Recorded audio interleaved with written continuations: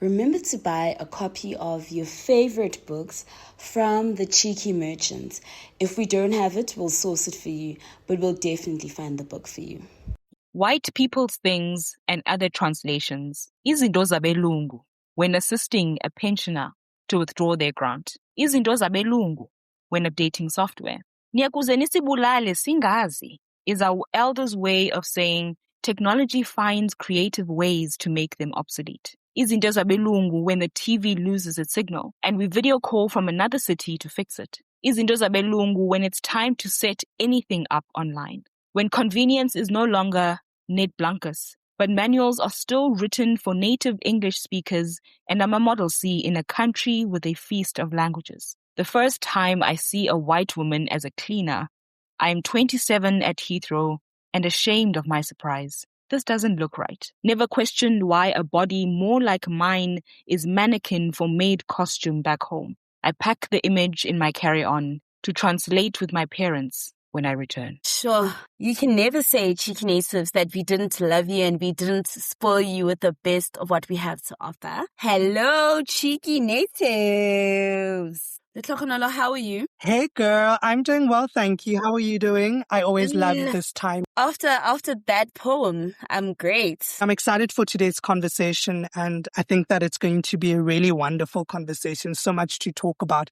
And Siphokazi has been our fave since day one, you know. People don't, even before the idea of books and collections of poetry and award winner, we were Siphokazi, like Siphokazi's day ones. So I'll give you the wonderful opportunity of just letting the people know who we have with us today. Sure. So I have, it actually feels like an understatement to say I have the esteemed pleasure, but because English is a language that is just so lacking in descriptors, this will have to do. I have the pleasure of introducing a fave, a phenom, an extremely talented award-winning author and performer, Siphokazi Jonas, who is a weaver of seemingly discordant worlds, growing up in an Afrikaans dorpie, attending an English boarding school and going on annual holidays to a village in Matloseni during the transition years of South Africa's democracy, which made this a necessity. In Weeping Becomes a River, she confronts the linguistic and cultural alienation experienced as a Black learner in former Model C schools in the 90s and early 2000s, fashions the fragments to reclaim and rewrite her place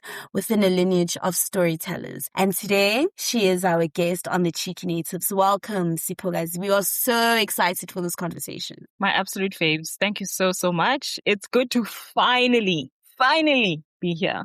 Thank you for having me. Because I'm going to ask like this a random first question, right? You received the Best Short Film South African Film and TV Award, a SAFTA, as a co-producer of the poetry film We Are Dying Here. And now Weeping Becomes a River is also award-winning because you received the UJ Debut Prize. Yay! So I want to talk about that. The youngins would say, clack it. I want to talk a little bit about that, this idea of a collection of poetry or poetry being a debut, a winner of a debut prize in South Africa. Yeah, I mean, I think awards are strange in a way, because it sometimes feels like the result of an almost arbitrary combination of factors, a big one being timing, I think. So it was very special to win the debut prize because it's a non-genre specific prize. So, which I don't know how they do it. I don't know how you begin to judge different genres in that way. But I think it's a boon for poetry as well as performance poetry, as well as, everything that I've tried to do in the book. And I think when you speak about the SAFTA in particular, it always feels like a continuum for me of my obsession with cross-collaboration, cross-pollination across different mediums, across different genres. So it's really, really awesome. It's really awesome to be able to get that kind of recognition, I guess. And it's actually so well-deserved because this book is absolutely phenomenal. And I love seeing what it's doing in the world. I wanted to speak a little bit in the book about migration and these discordant worlds. So your poems navigate this physical and emotional migration. And so even that is just fascinating, right? Because you move between these urban boarding schools, of French-speaking towns and villages. But it's about the tension of existing almost in the periphery of all of these conflicting spaces. And I wanted to speak a little bit about what it looks like to be a weaver of discordant worlds in poetry. I feel like perhaps retrospectively, weaving feels so neat and pretty and intentional, and that the final product will look beautiful and you'll be able to sort of wear it around town, or if you're weaving, I don't know, a blanket or something, be able to warm yourself up with it. But it's kind of feeling less like this beautifully put together picture. So for example, I'm not thinking about weaving. I'm thinking about, I used to do when I was still in primary school, and we would have, the times of home economics, not reinscribing gender roles at all, but we had home economics in this all-girls school that I attended, and then you'd have, various little things. I remember when we were doing sewing, I'd chosen to do cross stitch, and I think I was probably in like grade 5, and this memory is coming to me right now. And I think about cross stitch, how when you look at the front, it's all these beautiful little stitches that make the picture, but if you look at the back, the threads are messy, the threads are interwoven, and so like especially before you trim them, and I'm starting to feel like it's more, the experience of moving, navigating through all of these different spaces is actually more the messier threads that suggest coherence, that suggest a picture, rather than the beautiful thing that you see on the front of your fabric or piece of cloth, whatever. So it is not a clean process. It's fragments. It's, pieces are missing, pieces of memory that are missing, recollection, things that I rewrite in my own remembering, things that can't be recovered, right? So it really feels like almost doing the best that you can with what you have. And I would say that's been my experience of even language, really doing the best with what I have and trying to create something new, something different, something that shifts the needle a little bit creatively as well. That's my experience now of the idea of weaving all these parts together. I think an interesting thing that I want to speak about is kind of this linguistic alienation we see in the poem that you've just beautifully read for us at the beginning. And I wanted to speak about how does the collection depict this internal war between isiXhosa and English, right? And in what ways are you scavenging your mother tongue with a modern digitalized landscape? It's a number of ways. The first, I think, being allowing the various languages to coexist on the page, to both occupy the same prominence, really, or as close as possible. Obviously, I work in English because that's the whole story of the book, because of the impact of colonization in South Africa. Attended for briefly, I think a year and a half, I was in an isiXhosa school, Usenati. So for a year and a half, then I was moved to an Afrikaans school, and then I was moved from an Afrikaans school to an English medium school. So by the time I was 9, I'd gone to 3 different language medium schools. And so even that foundation, if we were to think of a kind of linguistic foundation, it was already very fragmented and symbolic and symptomatic of the time, because this is the very, very early 90s. So it is allowing that, as much as English is the as a creator, but the scavenging that happens with isiXhosa is finding, first of all, rhythm. And I think about Chinua Achebe in how he wrote, where you can actually hear the same kind of rhythm and structure on the page that at least alludes to isiXhosa. But then there's also the existence of English and isiXhosa, very few Afrikaans words in there. And then it's also thinking about how those interact. So whether sometimes it's concepts, but how those actually interact within a poem, or how they interact within Insomi, which is the traditional storytelling portion of the book. So it differs. It really differs in those poems where there are things that are not translated. Even in the glossary, it's inverted commas, perhaps one might consider incomplete, because some parts of Insomi are not translated, and particularly the dialogue. And that was for a very specific reason. It is a kind of, it's an exploration in as much as possible to see what works, what doesn't work, which different methodologies may be more prevalent or may be more useful for whatever it is that I'm trying to articulate in the work. So it's a mixed masala. It's a mixed masala, which, this is really my work in many ways. I love that you're speaking about mixed masala because I think of memory as a mixed masala, right? Like the way we remember and misremember and attributes and misattributes, but also how memory is individual, but it's also collective. So I wanted to speak a little bit about the navigation between the individual and collective memory and how much gets lost in our remembering and our forgetting. Gosh, I think the question of how much is almost unanswerable, except to say a lot, because we don't even always know what it is that we've lost. So, for example, earlier in our conversation, we had just this memory that came up about doing cross-stitch. I've never referred to that incident before, but in our conversation, it sort of came up. So that's why I say we don't always even know what it is that we've lost. And sometimes I think it's also, one is pushed by yearning for the idea, right? For this almost idealized version of what the past may be. And so yearning for something, yearning to recover something that may not be there. And I see this, and when I think about language as organic, I think about language as something that's alive, that's constantly changing, shifting. I think about a concept which I really care about in my work, which is personal culture versus, or rather family culture versus social culture, if I could put it like that. So the idea of imicimbi, or the idea of, we even see it in religion, right? Where the same religion looks different in different regions, looks different when filtered through the experiences of many people. So I think for me, there's so much power in family and personal culture that is alive, that is constantly being created and recreated according to people's preferences, according to things people have experienced, things that they've gone through, that for me is a lot more interesting than the idea of culture as this coherent, solid thing that we all agree on. So I think for me, those things that say, even lendosi kangelayo, this thing that we're yearning for, that we feel we've lost, I think for me is open to recreation, is open to, we can create new culture, and we do create new culture. It's not necessarily that the idea of recovery is just going back into the past to find the thing we've lost. My belief, as in this work, is to say, but can part of that process be, let us create something new that works for us? That's completely so beautiful. I also wanted to speak about structural hybridness. I feel like because the book blends kind of this idea of contemporary poetry with the inzomi, how do you think that this inzomi, the storytelling modes, interact to challenge the traditional structure of a poetry collection? We're taking a short break.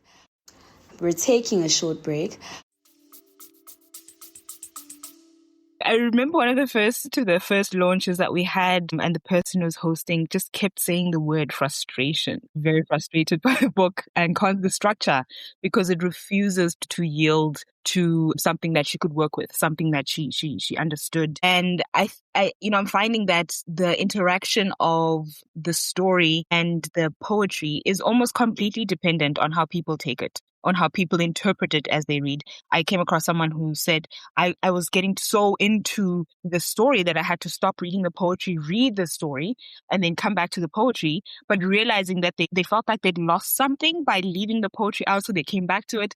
So for me, the interaction is actually in making reading an active process that isn't just sitting back and receiving, but it's actually allowing the mind to hold the threads of the story while engaging the poetry and so forth. And then starting to think, what are the connections? Making the assumption that there are specific connections in a certain way. It's a lot of fun to have people who are reading the book really feel like they are engaged, like it's more of an active process. And so, but for me, the interaction firstly is having ukwatikeka lokungantsomi at the beginning and phela ngantsomi also suggests that there's something fantastical and fictional even about the poetry, which is obviously true, because I'm not a journalist. I'm not just writing facts. Memory itself is sometimes unreliable.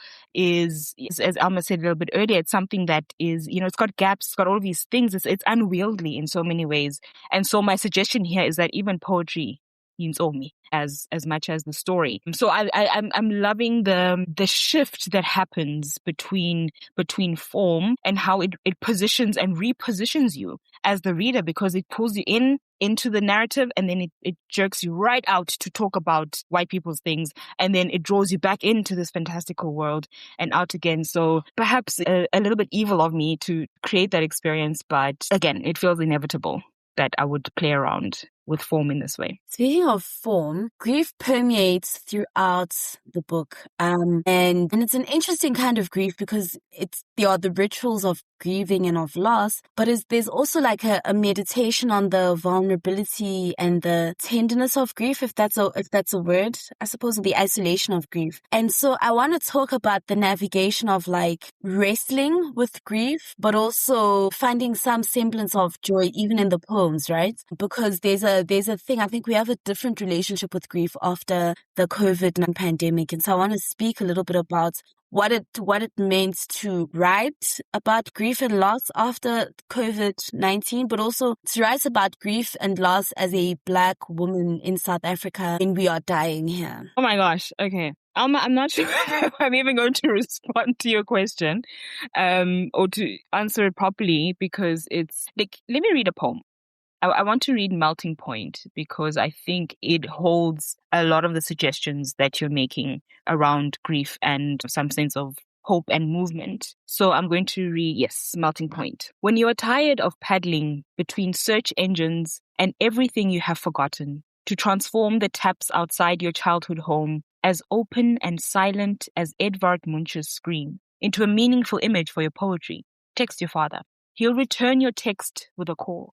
And you'll laugh because his voice is the rolling of sleeves. First question, a spanner loosening your conversation with, why this part? Why winter questions in summer? I am writing, Dad, you will tell him, manipulating memory into metaphor. And the internet suggestions lack poetry. Note how he plumbs frozen pipes from the past into present tense. How he does not say, I used to thaw the pipes. Instead, dissolve slowly with lukewarm water, or wait for the sun to bend the will of ice, coaching you through instructions as if distended plastic veins are in front of you now. And he has packed badkos to sustain you through any seasons which obstruct the flow in you. Both laughing at the reminder, skating with your school shoes on a frosted lawn, then softening frozen-toed regret in front of a paraffin heater.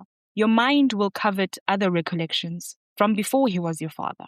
But his memories have solidified in him, and you are still learning which questions defrost them as winter sun and which are scalding water, unwilling to crack the copper of his silences. I don't know. My answer to your question is, I don't really know how my creativity and writing have been affected by writing about grief, writing about death post-COVID, and particularly, as you say, as a Black woman in South Africa, where we are constantly dying. And this is long before COVID. But I've noticed a change in myself. And I'm assuming that change is playing through the work as well, is that I struggle now with seeing people's faces on WhatsApp stories. So just scrolling through a WhatsApp, almost like a carousel of stories, because so often during that time, anytime someone posted an image of someone, it was to announce a passing. And so now I almost need to click quickly to see what the caption says. I don't like seeing pictures in like circles or ovals, that design that they have that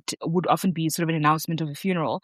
And so even now there's this lingering PTSD around that, or trauma around the idea of an image that you see in passing, because it often meant that. So I think when something just that small is with me daily, it means we've all been changed. We've all been transformed in some way or another. It's also been a liberating time, because I think when you are faced with grief and death on such a scale, we all ask ourselves questions. We all change certain things. We all start reevaluating, in essence. So I feel like in a way, this book is probably possible because of that time. I mean, you said you don't know, but that was such a beautiful reflection. I'd like you to read A Witch by Another Name. I just wanted to speak a little bit about that.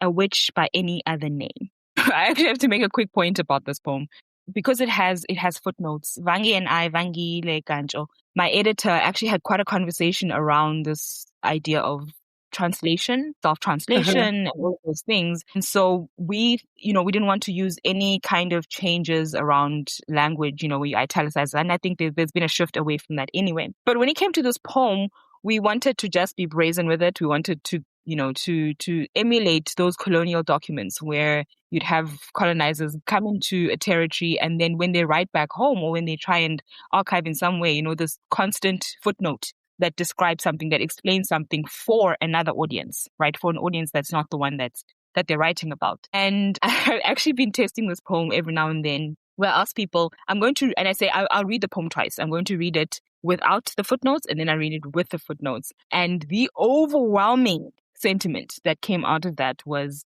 when I read it at home, let me read it without without the footnotes. But if ever I read it abroad, I must make sure that I read it with the footnotes so that the people that it's about can understand in their face. So I know now with the internet, I'm both at home and not at home, but I will read it without the footnotes. A witch by any other name. It would be wrong if fat white people overseas get slim thanks to us, while our children go hungry and uneducated. Magdalena Gassi. Throw hair trimmings into the street and they will bewitch you. Sissy doesn't say this loudly enough for mother to chastise her. Fear sprouts, imagining a witch woman with face like zinc extracting my name from my follicles over a 3-legged pot. British witches, officials, beheaded Uhinza Kawuta, stole his ears and teeth as souvenirs. Traditional healers agree.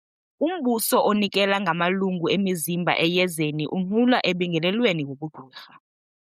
In the Kalahari, Asen Gaiha points out plants conserved by scientists. He can no longer gather and use them as his ancestors taught without going to jail. Bring ancient knowledge to light and they will bewitch you. The Council for Scientific and Industrial Research and 2 foreign pharmaceuticals are Macbeth's 3 hags in lab coats and suits, attempting to divine weight loss properties out of Hoodia and patent it for commercial gain.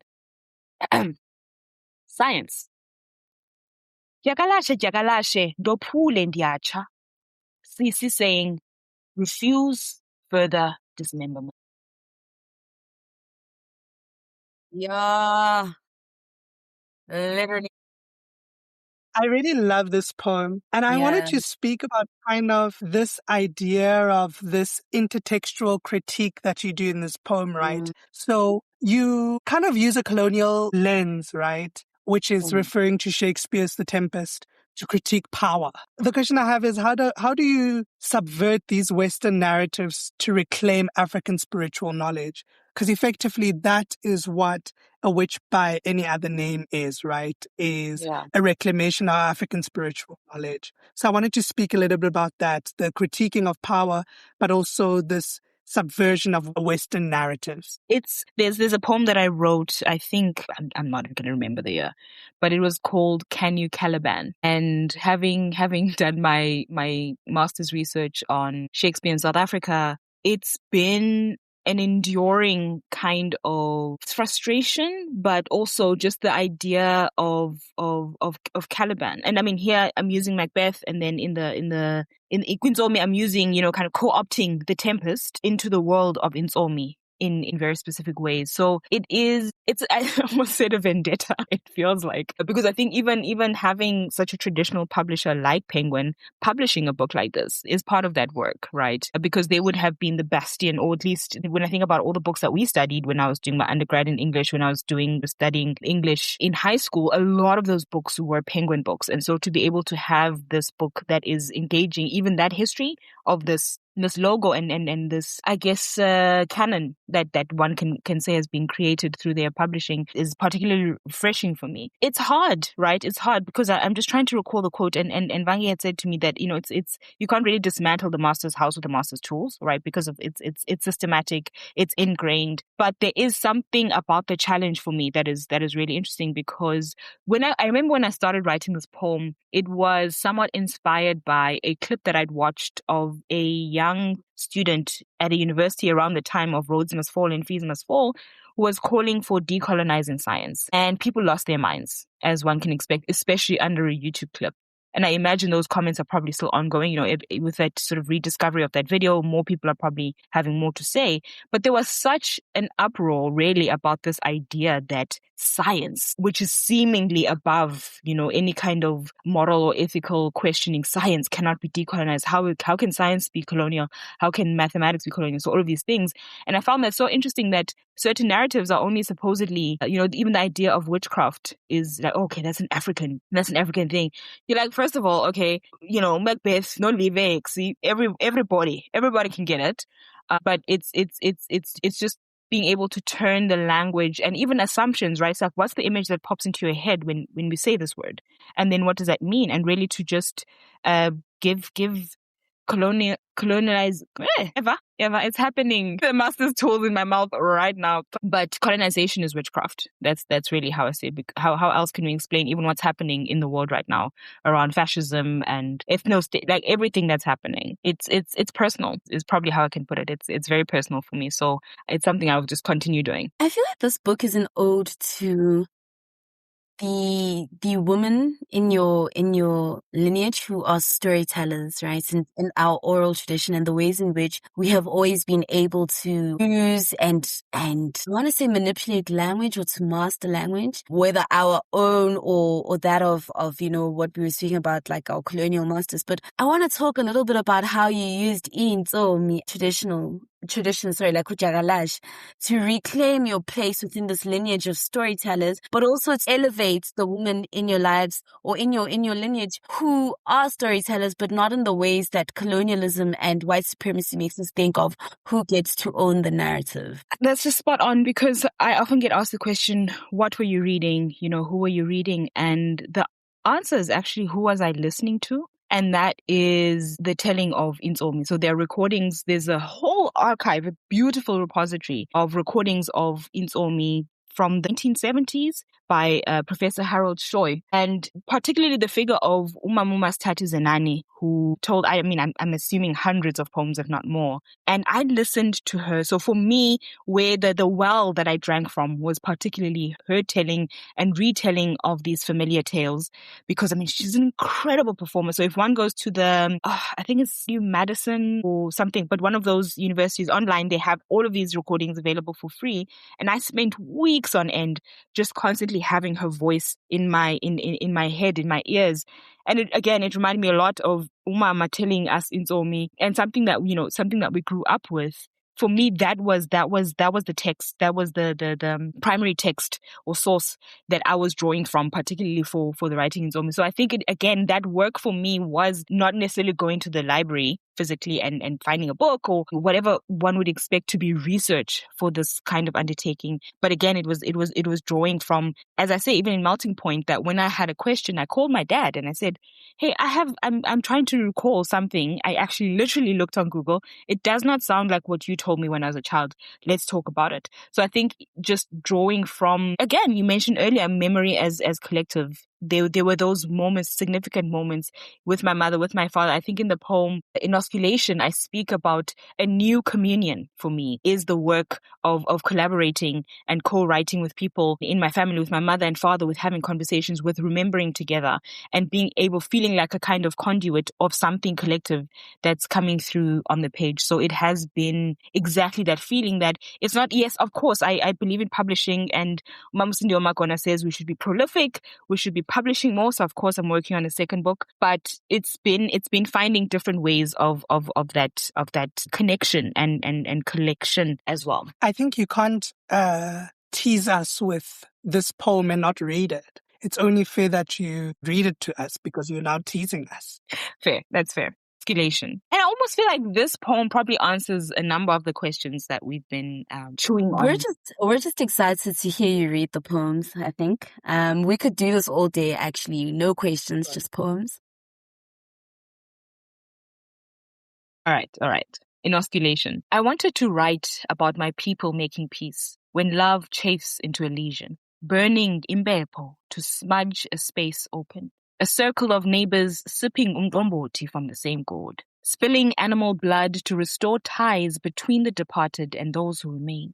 But the ritual of gathering which our parents chose is in the grape juice blood of Jesus, imbibed out of a shot glass. To perform a version of Africanness on the page, persuade your eye away from this calamity. Children who are defanged to accommodate a colonial tongue are reduced to a mouthful of dentures, reciting clan names to camouflage the disruption, in conversations with extended family who smirk at the prosthesis of English. Now, if I am to yield something authentic, a proverb, an idiom, a description of tradition, I scavenge the dropped fruit fermenting at the base of Google's omniscience. In the days after Utamkulu left us, I watched Otatomnini unfasten the skin of a sheep with a knife from jaw to tail, in the same backyard where we shot marbles, leaving enough room behind the violence of the blade for Utanwe to plunge a fist against the fat and flesh and separate the fur. I am an incomplete slaughter, alive and naked. All my cultures reconcile me to myself through bleeding figures. I compose imibongo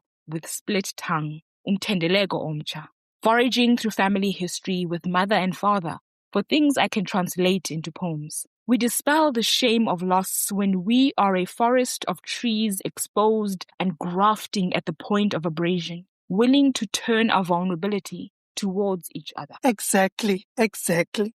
I wanted to speak about the body as an archive, right? So in a collection, there's a line where you say the body is marked territory from birth. And I suppose I wanted to speak about like how your poems illustrate the physical tolls of navigating discordant worlds, specifically between the rural villages and the urban Model C schools, that there was a physical toll on your body to navigate these discordant worlds. Sure. Yes. And, just thinking about posture. I'm thinking about posture right now. Posture as it alludes to those spaces, posture as it alludes to whiteness, and how we're trained to occupy space, in these former Model C schools, how we're trained besides the tongue itself, right? That the violence of the blade on the tongue itself is that the posture of how one walks through the world and what the stakes are in terms of how you show up. I'm remembering when there was this tweet that never left my consciousness. I wish it could, but it won't. And I remember someone posted, the English cousins are coming. Or the English-speaking cousins, my bad. The English-speaking cousins are coming. Says Lalini and, city, because there's obviously if we think about migrant labor, so our grandfathers, our uncles, and Uhuru Palafala has written a beautiful connection and painful connection, mine, exactly on this, on the impact of migrant labor on, everyone that was remaining in the rural spaces. And I remember also reading Buried in My Chest. Oh goodness. Okay. I wish Buried in My Chest, which is about, I'm trying to recall the author. It'll come back to me. But speaking to the loss of women in that migrant labor movement, particularly on farms, where a woman could be violated and murdered and actually just buried on a farm and basically have an unmarked grave on a farm, unknown, unseen, completely forgotten. And so the protagonist in the book goes on this particular journey. There are those much harsher realities that I'm sure are passed down epigenetically, are passed down right through our lineages of the grief of our mothers, grandmothers, aunts. And then there's our own, which is, quite different. I remember, I think Dandaman, there was a weird thing. I think I had, it was like my first cell phone or something, and I was trying to find a service, but I also remember I was just it was awkward at the time because I finding my cousins, like we're not communicating well. So I remember just sort of spending time on my phone because physically it was just so difficult in that moment. It was crossing their theater, but obviously, proficiency. And so there was this kind of tension that was existing. And as we're speaking now, I'm just remembering my body kind of in this protective stance of just looking at my phone. And this is a long time ago. So it was those, as the Samsung way too. And I was just kind of, on the phone, just not to be completely locked into what's happening and this rejection that feels like it's happening, that even though we grew up together, but because the experience of these schools that we went to has shifted that relationship. So I think it all has to do with posture. And then when we do something like when we do something like, be radicalized or whatever it is that happens that shifts that relationship between what you were trained to become in this former Model C school, the inculcation of English culture in particular. And then in fact, let me a quick recollection. When an earlier version of A Witch by Any Other Name, I think was Cecil John Rhodes and My Sister. And earlier version had to do with the fact that my youngest sister and I went to the same university, and she's 9 years younger. When I was on campus, we would walk past the Cecil John Rhodes statue because our presence was just grateful to be here. Not necessarily thinking about the politics of even having a Cecil John Rhodes statue. It was simply, I'm happy, I'm grateful to be here and doing my best. And then in that almost generational shift that when she was at university, Rhodes Must Fall was happening. And so I think it's that posture, that difference where they weren't just happy to be on campus. They were thinking, no, we want to be seen. We want our bodies to move this space. We don't want to feel constantly violated by the history that this place bears. And so I think there's even that with the passing of time and conscientization that happens, that changes the body. Thank you, Spurs. I feel like so much of the book, I don't want to say so much of the book, but I feel like a lot of the book is about wrestling, right? There's this internal conflict, but I'm using the word wrestling because I'm thinking of Jacob's encounter with God, this spiritual experience. And I felt like so much of this book was a spiritual experience in the wrestling. And I want to talk a little bit about that, the tension and what I think is it Andrea Gibson who speaks about, no one speaks about what it takes to become.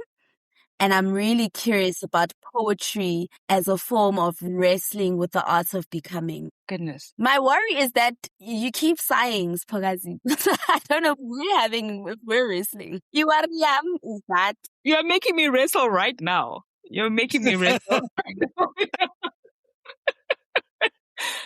Oh, goodness. I think obviously a big part of it has to do with Blackness, right? That the experience of Blackness in Cape Town in South Africa being one of wrestling. So there's that inevitability in the work. I find also, poetry often starts with some kind of question for me, or again, actually just the wrestling, that particular wrestling. But the difference I think between me and Jacob is that sometimes it's more the injury than the blessing of the outcome of the wrestling. Is because I think the how that particular wrestling worked out was then he was injured, I think, in his hip. And yes, he walked with a limp for the rest of his life. So but then he still got that blessing. He secured the blessing. If I were to say the blessing is often being able to have conversations like this, is speaking to people, but there is definitely a kind of mark that's left. I don't really think of poetry as as healing in that sense. I mean, I think it's part of the process of healing, but I don't think I write a poem, I have someone help me with editing, and then get on the other side and find healing. That's really, really more for my therapist, and also the choices that I then make. Right. But I think it's part of the process of just finding language, and just referring again to what you mentioned earlier about We Are Dying Here. It was exactly that, where we said we're not trying to give answers. We're not trying to find solutions. We are just here to mourn together publicly. And this work is an invitation for you to come and do the same. Just for us to find a language to acknowledge that we are not okay. And that's it. That's the work. That's sufficient. And everything else, there are other interventions that happen in that process. So certainly poetry often starts from a point of wrestling. I don't know if it always ends with any sense of clarity, or where I'm going sometimes just opens up more questions. So it definitely plays a huge part in my own writing and thinking. I wanted to speak about this idea because you spoke about healing, right? And I wanted to speak about the symbolism of the river. Beyond its literal meaning, the river, I think, kind of in the title signifies transition. And I wanted to speak about how that metaphor of a flowing river represents a shift from fragmentation, or let's think about wrestling and weeping, to kind of communal healing. So for me, what happened with the title, besides, when your publisher's like, yeah, that one's not working, give us some options. It had to do with less of healing and more of unblocking that I experienced during COVID, actually. So there was a lot of sort of personal, there was time. I just had the time on my hands while we were, locked down to visit those places that I don't always have the opportunity to visit. And it felt like with the writing of this book, there was something that moved. Maybe it was the, removing the rock from the river, or whatever it is, but there was an unblocking that was happening and there was a sense of flow. And it's, again, that invitation. A lot of my work is just sort of an invitation, like, hey, this is what's happening. This is what I'm going through, guys. Let's make space here. Let's do this together. Let's figure this out together. So I think communal healing for me starts often in conversation. We had this experience, this incredible experience actually at Open Book Festival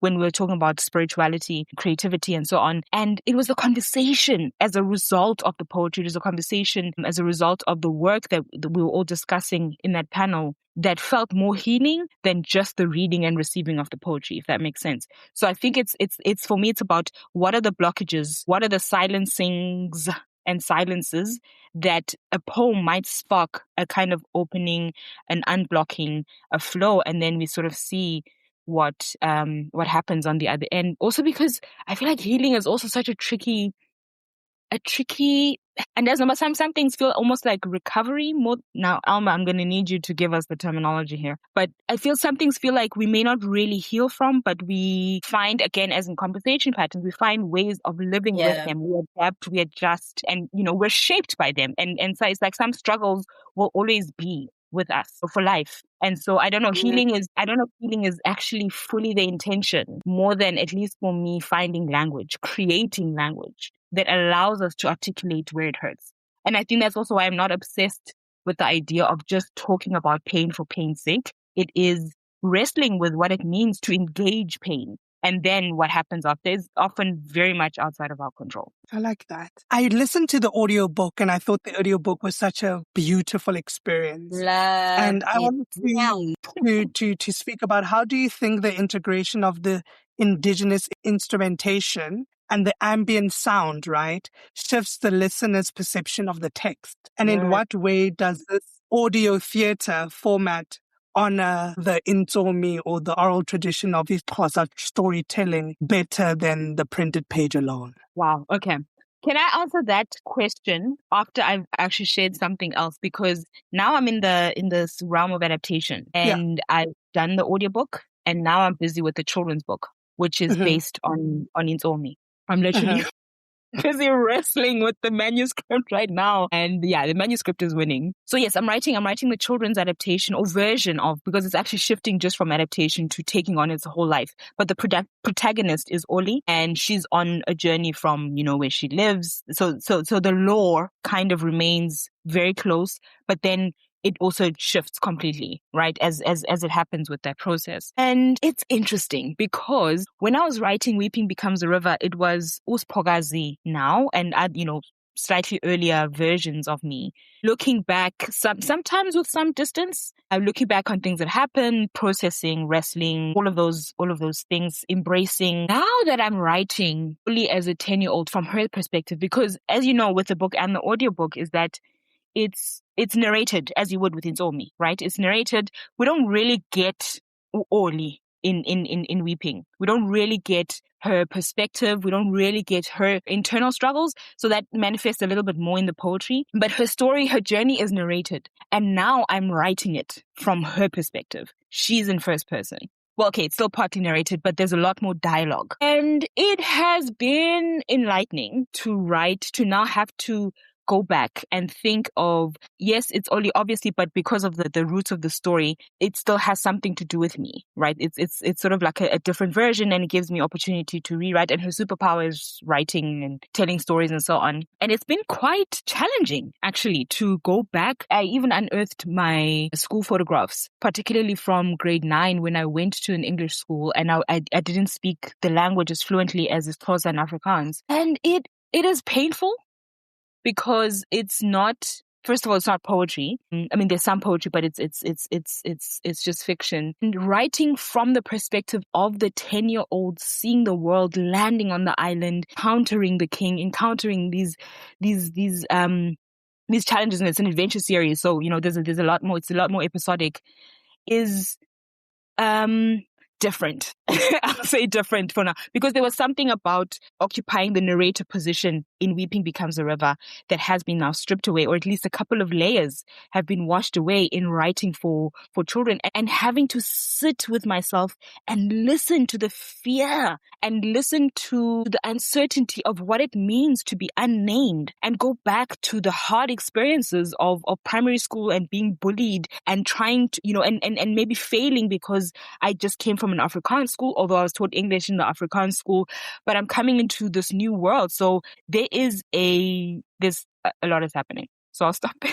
I'll stop there. But I just wanted to share because I think it's part of the process. Mm. And there's something about work that comes alive that then continues to find other lives and realizing this is very different. This is different to that narrated. I don't know. But between any the guy, I'm going to come back when I'm done with Oli, with the book. Amen. I need to come back. I need to come back. Yes. We can't wait to have you back.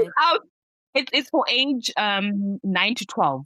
So it's a chapter book for age 9 to 12. And there aren't actually there's an increase in picture books. There's really been an influx of picture books, but there aren't a lot of chapter books by South African writers. So that's where we're targeting. So it's been quite an emotional and even challenging, like really, really challenging experience. So no. Yes. Thank you so much.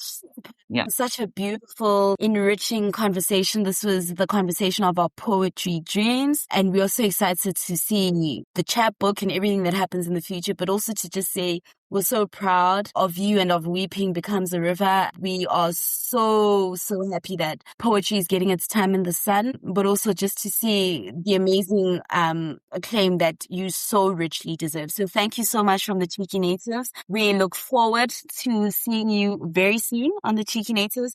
And congratulations once again for Weeping Becomes a River. Thank you so much, my faves. Thank you so much for the work you do.